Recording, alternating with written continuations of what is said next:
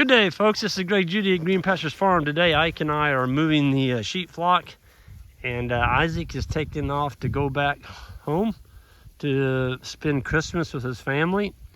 And I wish a Merry Christmas to Isaac and his family, and a shout out to Craig.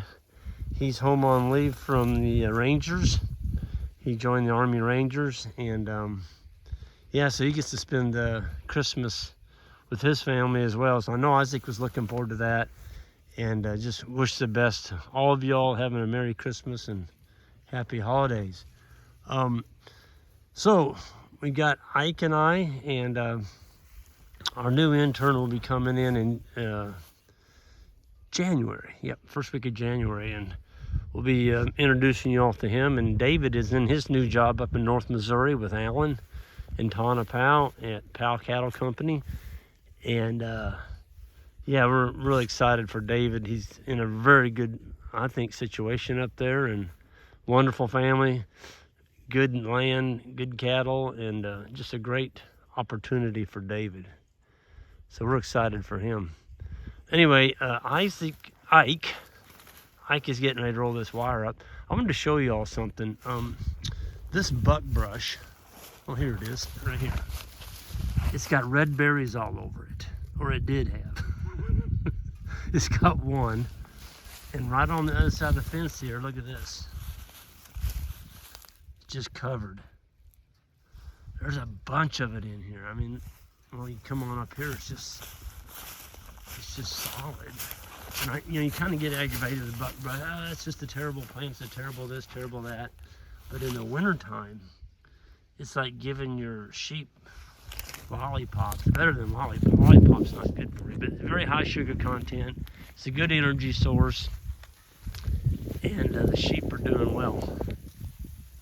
Very, very well. These are St. Croix crossed with Katahdin. The rams were turned in November 28th, and we had our first baby lamb ever. Never had one in the fall, but we had one this year. And they had come out of a ewe that probably lost her lamb this spring, and she bred back immediately. Boy, they're pretty. Oh, I still like those Barbados. She's got a little bit of Barbados in her, that black one with the black face and black ears. That's her lamb behind her. Man, she's a beautiful sheep. I know, Sugar, you're a beautiful dog. Come here. Come here. Well, I'm gonna go see Ike. There's Cotton. Here comes Big Boy. Yeah, how you doing, big boy? Yeah, you're a good boy. Yeah, you're a good boy. You just need a lick on my hand, don't you? Sugar, you need a pet. She's such a good dog. Look how happy that made him. Just licking my hand. And there comes the alpha dog, Lady. But folks, these sheep are just pig fat. I wanted to show you that little lamb. People were concerned about it making it. Wait till you see this thing. It's like quadrupled in size in 2 weeks. You're not gonna believe it. So Ike's just rolling up the wire before the storm. We got a major Arctic storm coming at us. It's supposed to be the worst one in 2 decades is what the Weather Service is saying. I don't know. I know it's gonna be cold and snowy and a lot of wind.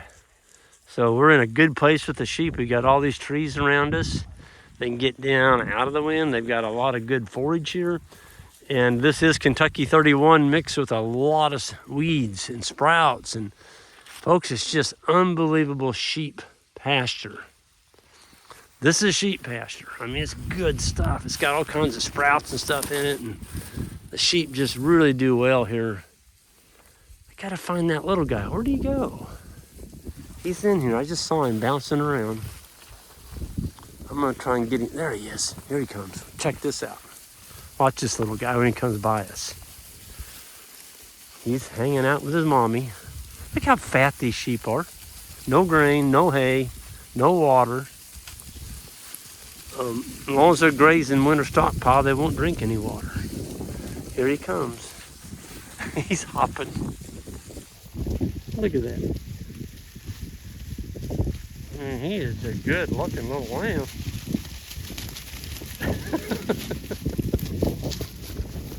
I know, Sugar, you just want a pet.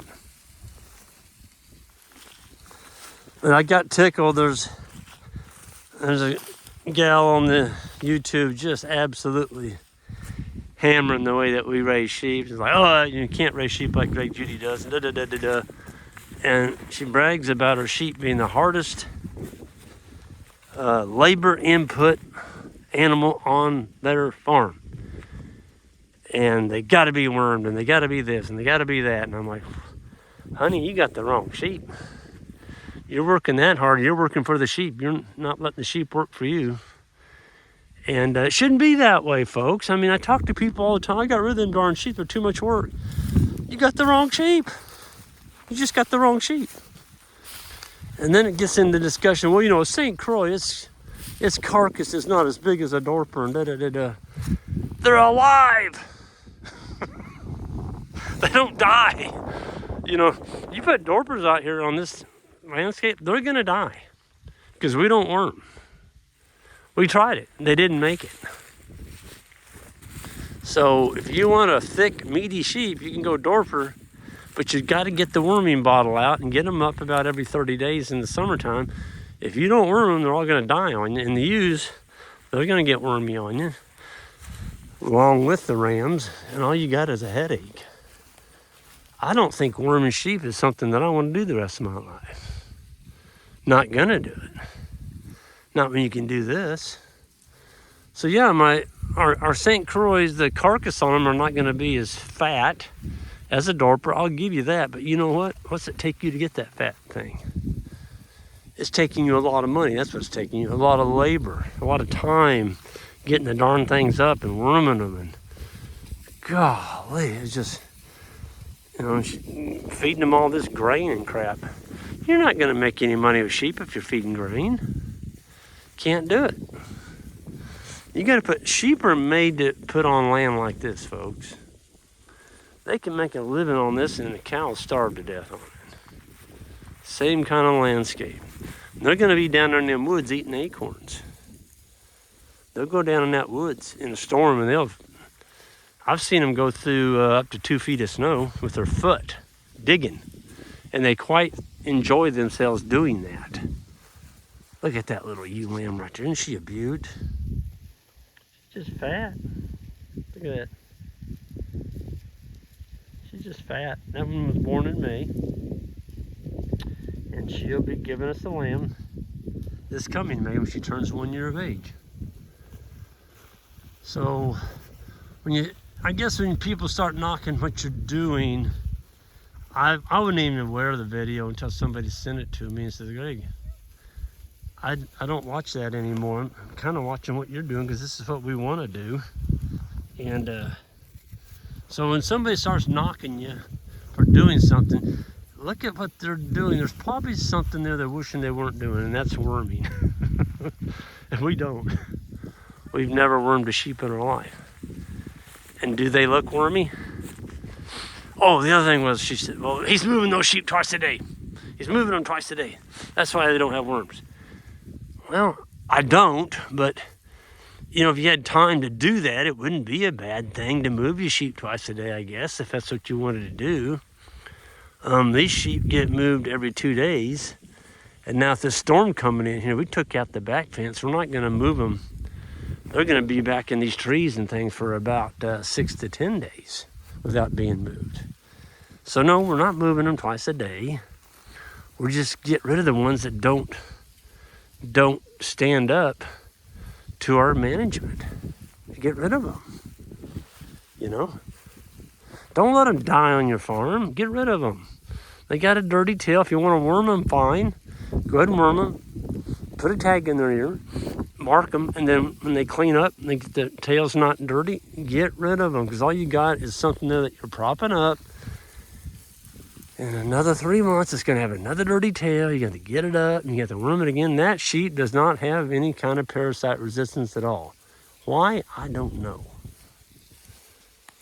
But it's not my problem. It's the sheep's problem, and she's leaving. Or it. These old rams are still, they're checking out anything that even thinks that it's in heat. They're on it. That's what I love about the sheep business is is done. Look at that little lamb. It's eating. It's eating that stockpile. That darn thing's only, what, 2 weeks old? It's already eating stockpile. Of course, it gets all the milk it wants from its mommy.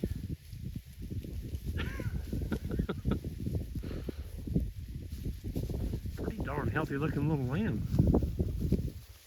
It learns by watching the mother. I told you about all the buckbrush. Look at that clump right there. My goodness. There's a bunch of candy bars right there. It looks like they're going after the grass right now, the green part, and then the buckbrush is something that they'll kind of chew on in their leisure time. Oh, there's one eating it right now. There it goes. It's like feeding them grapes. So I guess that's what's so cool about multi-species. You take a plant that is a nuisance plant, and all of a sudden you got an animal that are eating it and getting fat with it and giving you baby lambs. Folks, there's anything better than that. I could come out here and spray that with Remedy, you know, chemical, and kill it. And also I would kill all the broadleaves on my farm, and then the chemical companies would laugh all the way back to the bank with my money, knowing that it's going to come back, and then I have to spray it again. It's just an addiction, you know, once you kill your soil. But people do it. I'm not doing it. We don't spray anything. Not going to. But people would freak out when they see this. You know, oh, Greg, look at the weeds. Look at the weeds. I'm going to show you the weeds. Look at the ironweed here. That's what this is. This is ironweed. The birds love the seeds in the wintertime. Do you all see any leaves on that ironweed plant? Look at that. Is there any leaves? There's one. There's no leaves on them plants. Where did they go? I'll tell you where they went. They ended up in the belly of a sheep.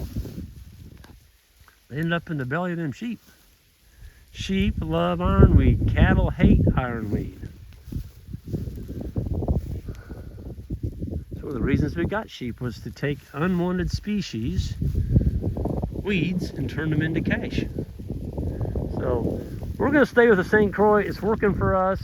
I'm not saying they'll work everywhere, but I did have a guy in it was Australia this morning, sent me a comment. He goes, Greg, I've been following your stuff, and you know, I'm trying to get parasite-resistant sheep, and they're dying on me, and I'm concerned. I don't know what to do next. And I said, what kind of sheep do you have, and what's your rainfall? And his sheep was Dorpert, and his rainfall was, I think, 100 and some millimeters. And so I just told him, I said, you got the wrong breed. We've never had any luck using Dorpers for parasite resistance. Now, I know I'm stepping on some people's feet. There's people in Texas that raise Dorpers in very low rainfall areas. They don't worm, and they get along fine. But if you've got, you know, 38 inches, which where we're at, 38 inches a year of rain, you can expect to have some issues. So just be forewarned. That's what I'm telling you. Gosh, look at those fat ewes. They build such a beautiful fleece for the winter, and all that just sheds off in the springtime. And it feeds the soil. It's all organic. Man, we just got some beautiful sheep in here. Look at that. Oh, here comes all the dogs. Folks, you can't raise sheep without dogs. Well, I guess you can, but you're not going to raise very many of them because the cows are going to eat most of them. If the cows don't get them, the neighbor dogs will, or the bobcats or the mountain lions. You've got to have guard dogs. We've got 5 in here. They don't miss a beat. The first thing those dogs did when they came in here, they went around this paddock sniffing and pissing on every corner of the paddock. They're warning any predator comes in here is going to be toast. Isn't that right, lady? She's such an awesome dog. I love that dog. Because without you, lady, we're out of business. She is the alpha. What a dog. And there's Sugar. Sugar is the lowest dog in the totem pole. So she's got to watch where she goes, especially around meat scraps. We're feeding a lot of meat scraps right now, and the dogs love them. Cold weather, it sure doesn't hurt them, I can tell you that. So I'm going to get out of here. I'm going to catch up with Ike. We're taking up this back fence and getting ready for the Arctic blizzard that's coming in. And you know what? We're not even going to worry about these sheep because we know they're going to dig through whatever comes. Ice, snow, cold weather, it doesn't affect them. It just doesn't affect them. They just breeze through blizzards. Another beautiful thing about sheep. Folks, have a good one. Hit that subscribe button on the way out if you would. And everyone have a great day. And if I don't get back to you, I probably will before then. But have a Merry Christmas and Happy Holidays.